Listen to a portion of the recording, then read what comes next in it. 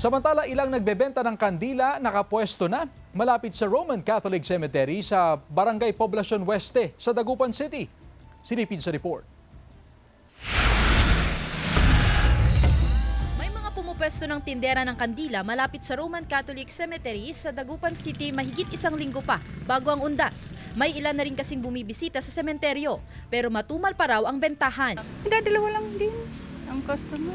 Pero na-expect pa natin ma'am na sa mga susunod na araw siguro dadami na rin. Siguro, kaya lang marami din silang marami din magbibenta. Sa sidewalk na ito madalas pumwesto ang mga tindera tuwing undas. Gayunman, sa October 25 papapayagang pumwesto ang mga ito. Pinapayagan basta doon lang sa doon sa harap lang ng bahay nila. Kasi bawal pa sa sidewalk. Pinaka-importante yung basura nila. Bali, araw-araw pong kinukuha ang mga basurero namin.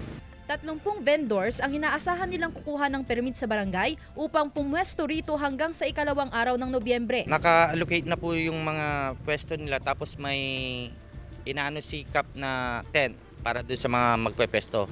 Mahigpit na babantayan ng mga opisyal ng barangay ang kalinisan sa lugar. Mahigpit ding ipapatupad ang no parking ordinance sa barangay. Pinapayuhan ng mga bisita na huwag pumarada sa gilid ng kalsada upang hindi sagabal sa daloy ng trapiko. Kasama si Jing Dakanay, Sandy Salvacio, One North, Central Luzon.